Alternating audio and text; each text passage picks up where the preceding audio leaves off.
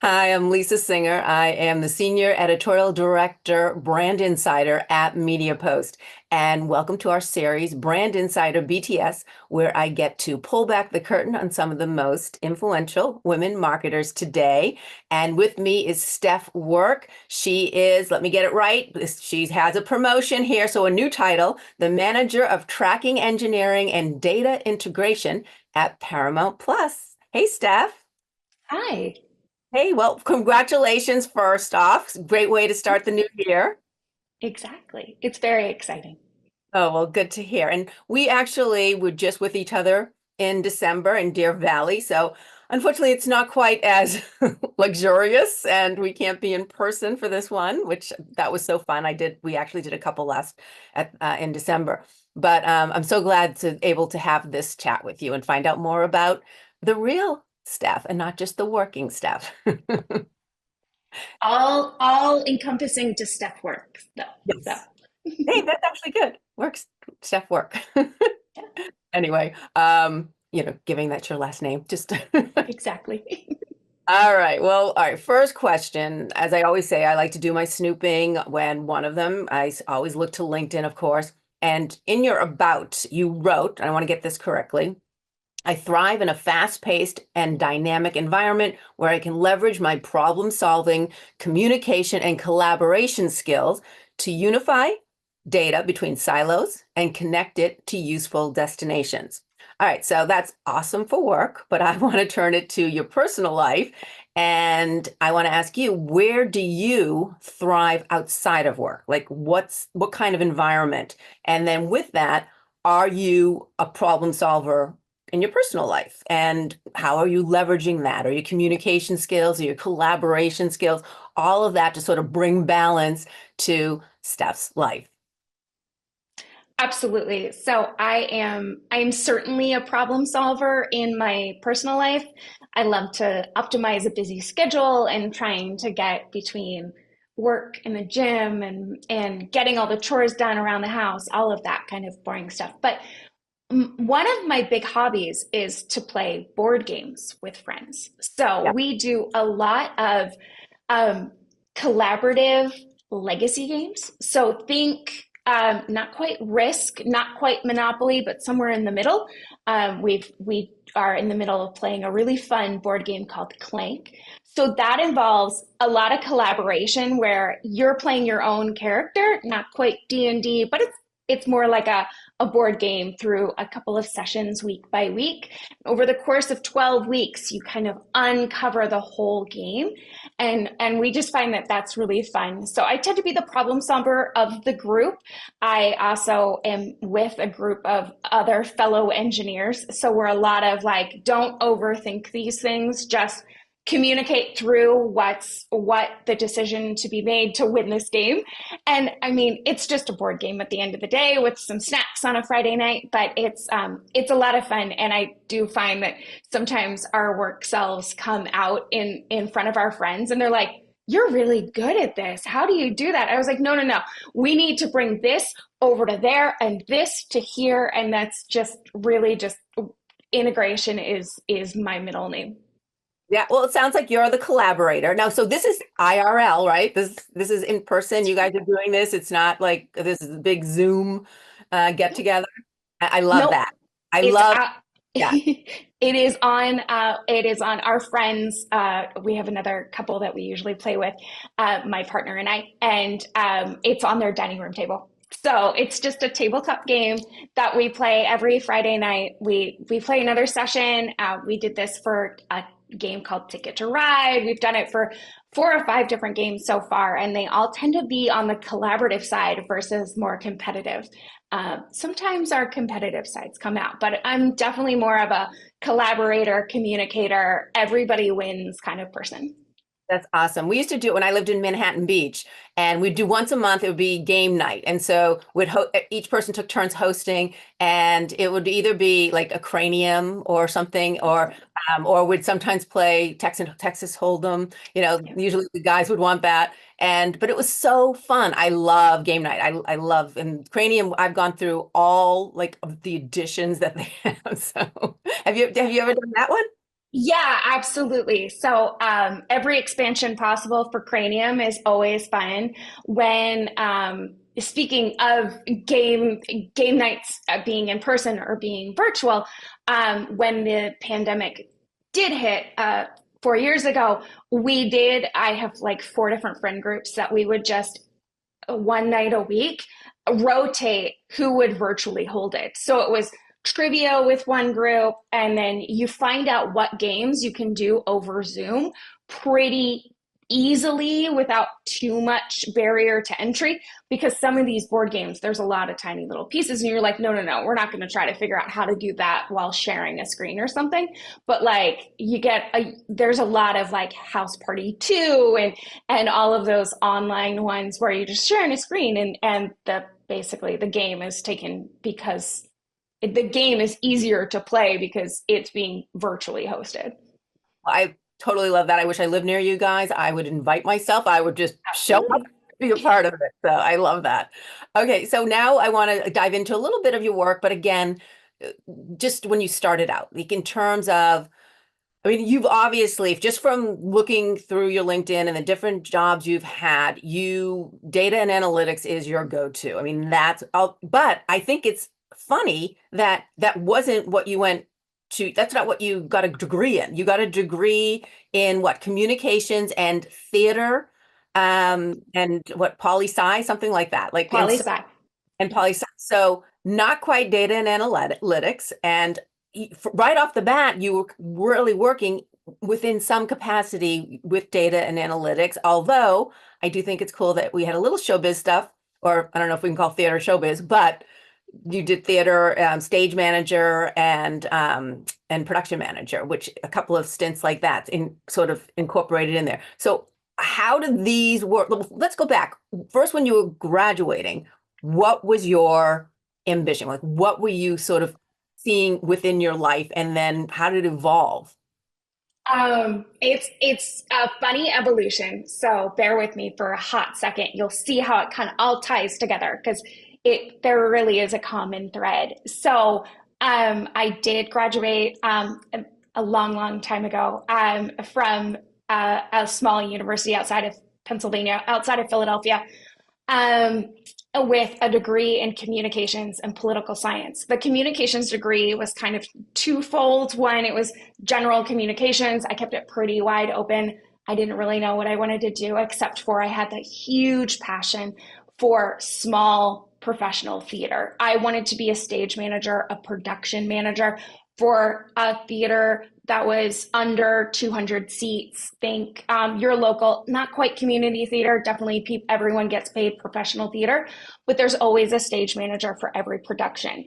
What a stage manager does is they have to they wrangle all of the different technical elements, lights and set, costumes, sound designers, the director, kind of make sure all the actors know when to show up, where to show up, kind of tie all those pieces together. And then during the run of a show, actually make sure that it starts on time and then usually executes the cues and then make sure the actors get to place, all of those things. So I did that straight out of college, got my dream job as a production manager for a small professional theater. It was a small dream, by the way, but it was a great little theater that's still in existence in Ambler, Pennsylvania, just outside of Philadelphia. And I did that for about a year and a half, and I was broke. I was living my dream and totally burnt out, realizing that there's only so much that passion can drive you when you can't afford gas. And I mean, early 20s, go pursue your passion. Like that is the point of living under 25, right? Like just go pursue what's driving you, right? Because then you find out what is driving you, right? And that's where I'm like, this is where my passion is, but how can I make money doing this? Like how can I do that? So I end up moving from moving from outside of Philadelphia to Rhode Island, where my parents live because I was broke and I was 23. And so moved back in with my parents for a year. And I Interrupt, but they let you in my, once I was out, there was no coming back. it It was a mutual agreement that we both knew that it wanted to be a short-term thing. It was not permanent. It was not what either parties wanted, but financially, it was just like I need to get my life together moment. So I ended up getting an office job, and I was working for a fastener company. So fastener distributor, think nuts, bolts, hex heads, all of the companies that then send their product to the Home Depots, Lowe's, major catalog places. And I worked in inside sales, I worked in data integration there. And that's kind of where the data starts.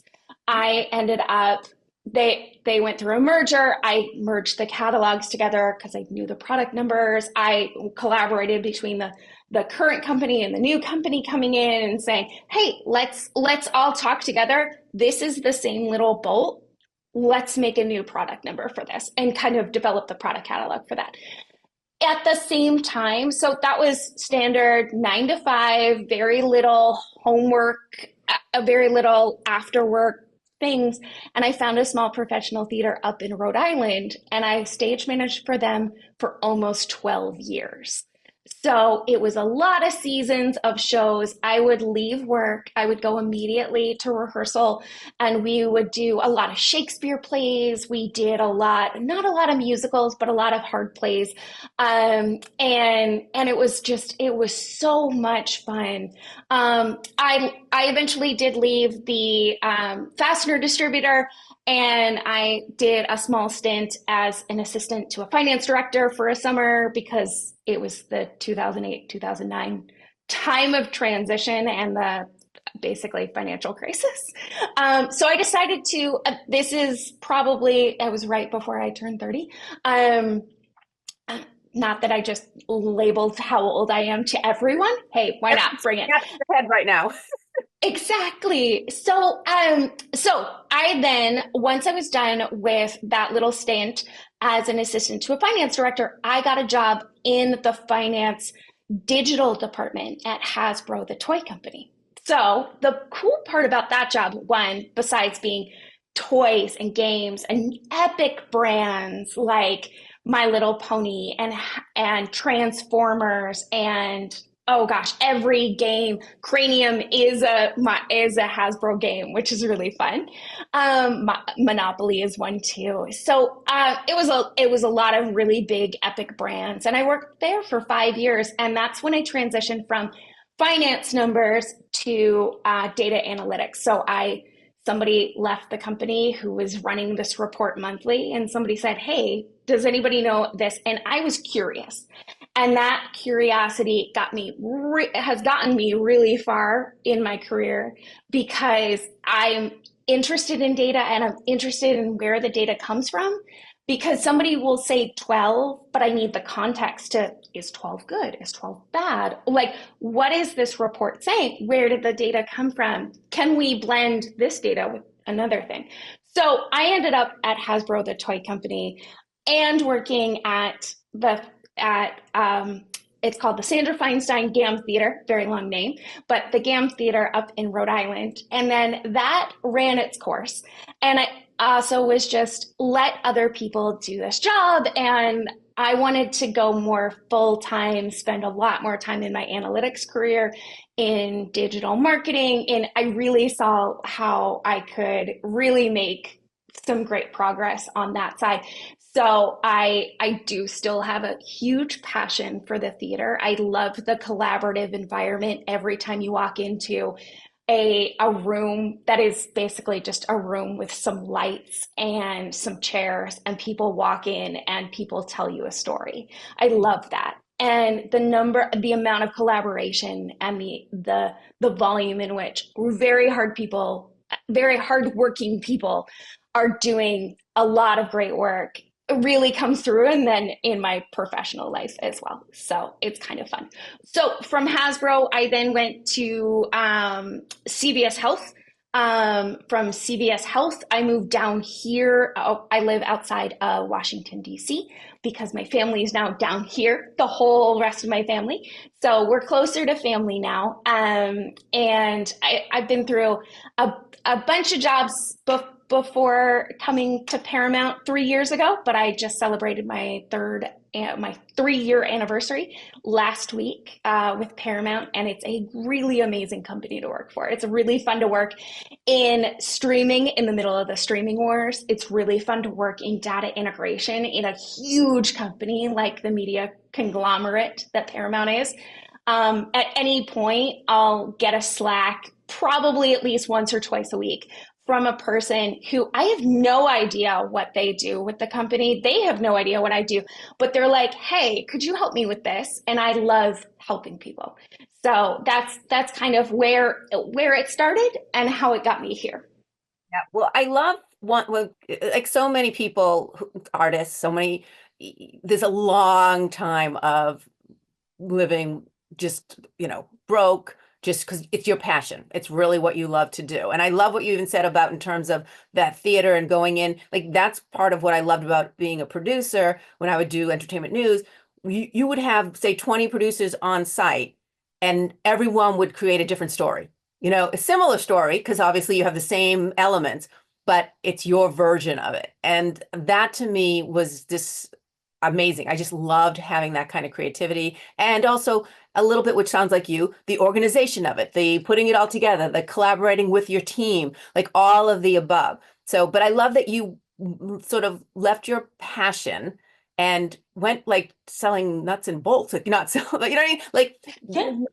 but you chose to do that than to figure out, okay, what's next, and others might stay the course and keep up with it. And that I totally applaud them as well. But I think then you were able to sort of find your niche and move through the ranks and really, what was it? And I think being that stage manager, that producer type of mentality, and then you have the analytics and the way you even described it, you want those numbers to have their story. Like it's not just about the numbers, you need to understand them. So do you feel like there's a lot of crossover there? And so what I want in that sense is, are people, because I think so many people starting out, they feel like they have to be right where they need to be. Like, this is what I want to be. And it's more about taking your passions or what your skill sets are, and then sort of seeing what's out there. Absolutely. Absolutely agree there. There was not digital analytics when I went to school. I have since gotten a certification, a post-grad cert, but it it's one of those things that you don't know where you're going to be in 15 years after undergrad. But while you're in undergrad, you're like, well, no, I need to figure out everything. I need to know exactly how I'm going to pay off these student loans the moment that they come in, and how and that graduation party where all of your aunts and uncles are like, okay, so what are we going to do with the rest of your life kind of questions. And I was always that kid who I'm like, I don't know. I am 100% a type A personality, like things organized, have really great plans, like doing things. But also, a lot about life is just kind of what are the opportunities that you have at the moment that they present themselves, and being open to that. And what I mean by that is, I then you can listen to kind of what am I interested in, more than I need to become interested in this specific box to fit in. And then what that then opens up for individuals, and it really has happened for me, is I'll go into whether it's, oh, I want to have a different job, or, oh, I want to start learning how to crochet or have a new hobby, is you kind of have to look at it from the perspective of how best to learn from an experience and move on if it's the right time to move on, or how best to take what you have and bring it to the situation at that moment.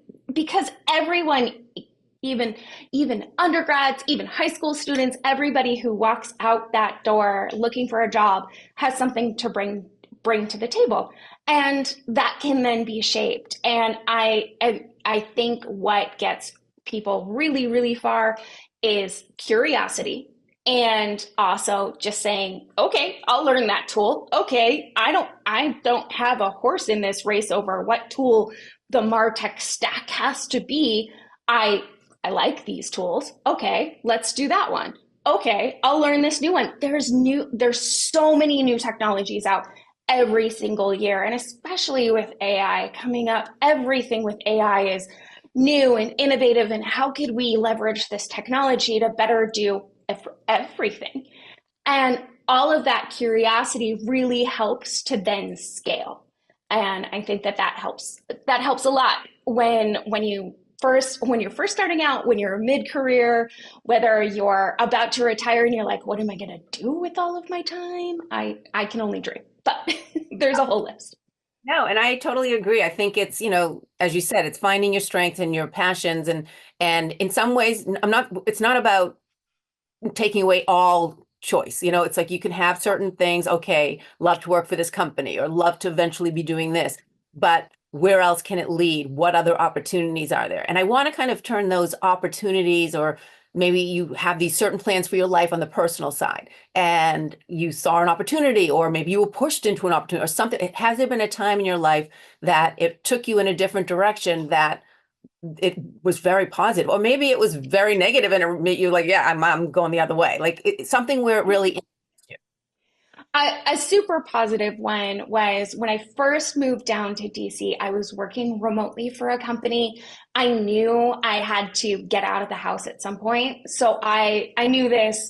I signed my lease, I moved into my apartment, and then I signed for a gym membership because at least it got me out of the house. It got me. And then I became a gym rat. And I was never the athletic girly. Like, I'm not the athletic girly anyway, but like, I love a good exercise class. And I never knew that about myself.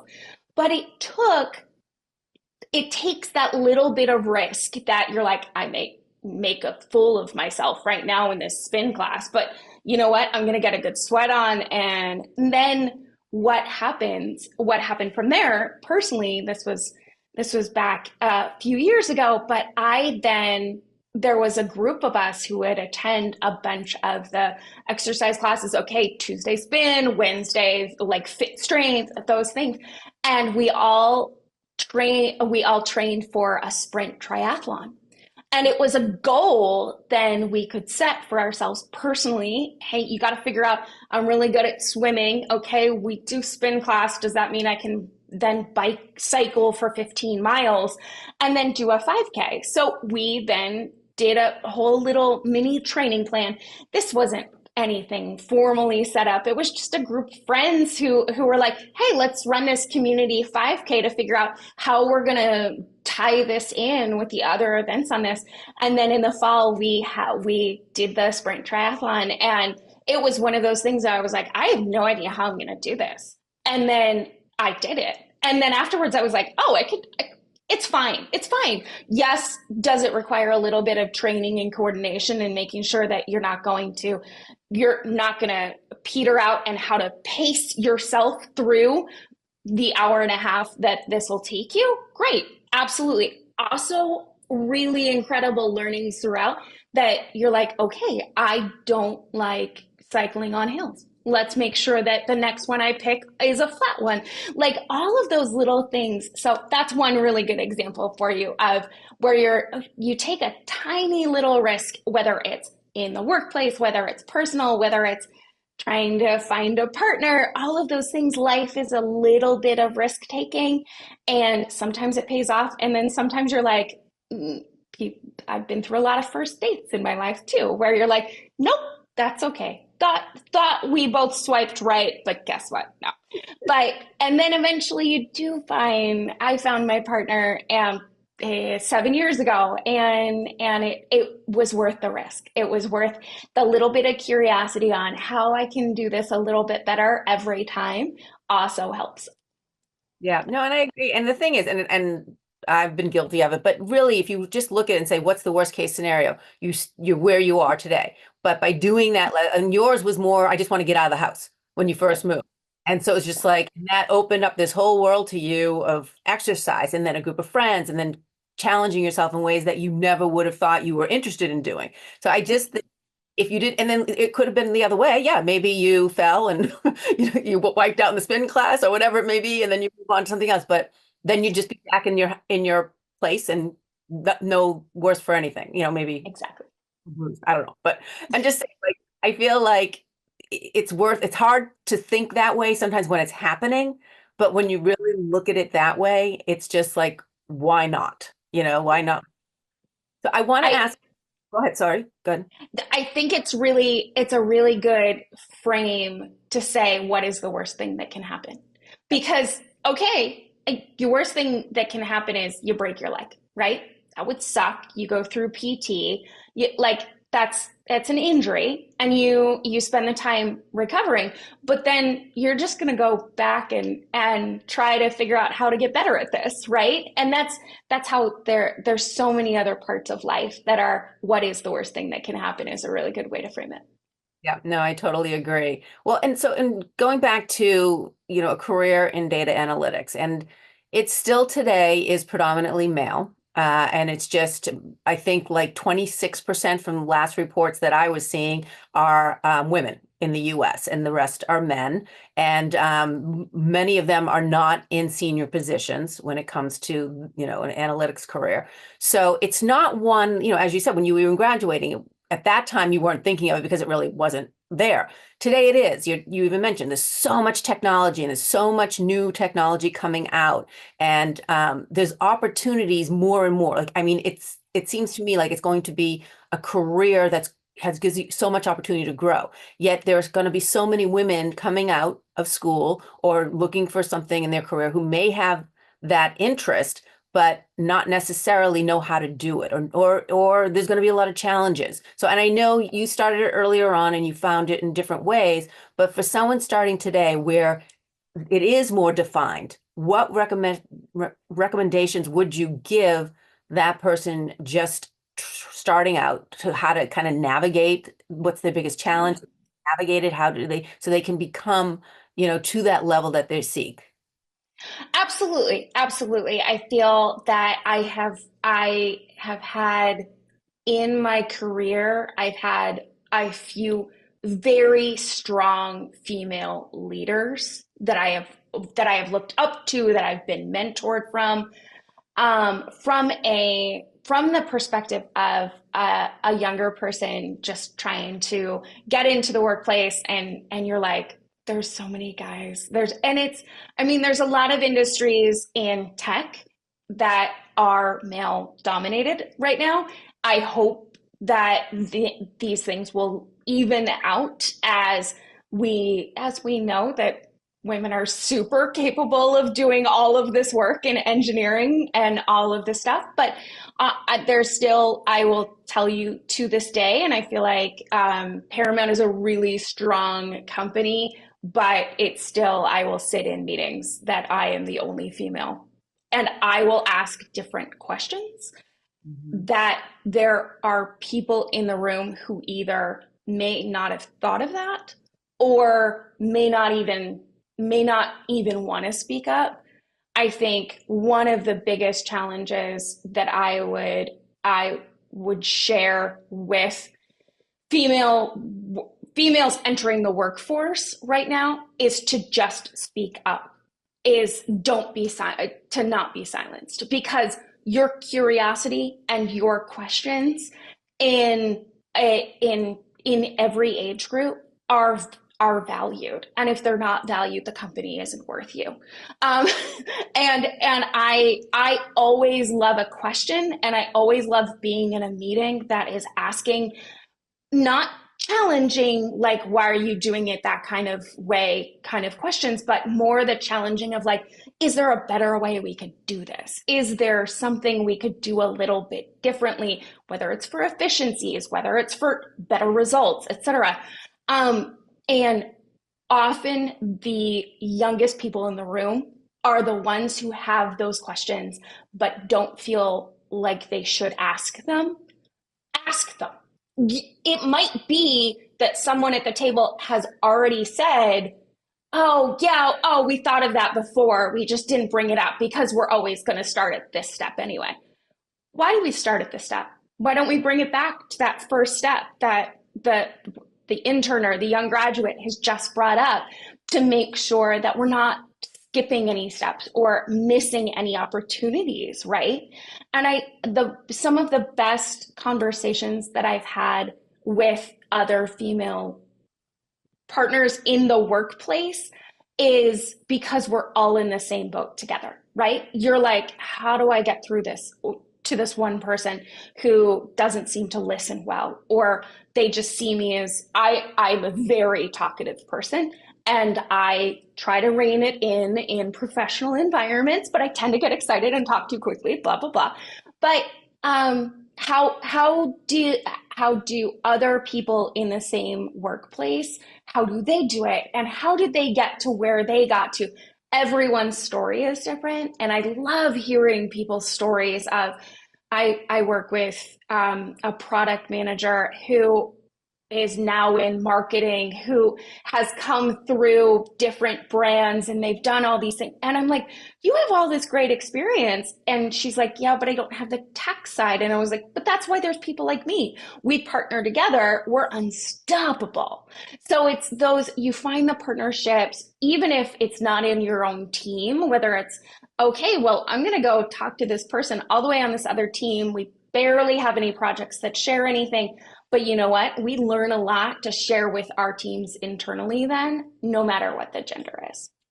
Yeah. No, and I mean, I agree that's it's not about men, women, it should be collaborative. But it sounds like you have found these mentors that have helped to maybe guide you or at least give you some sort of input. And maybe that's another thing for women when they're just starting out, to try to find that mentor as well. So no, I completely agree. But I think it would be a shame for them to avoid it just because they're not seeing enough of themselves in the levels that they see.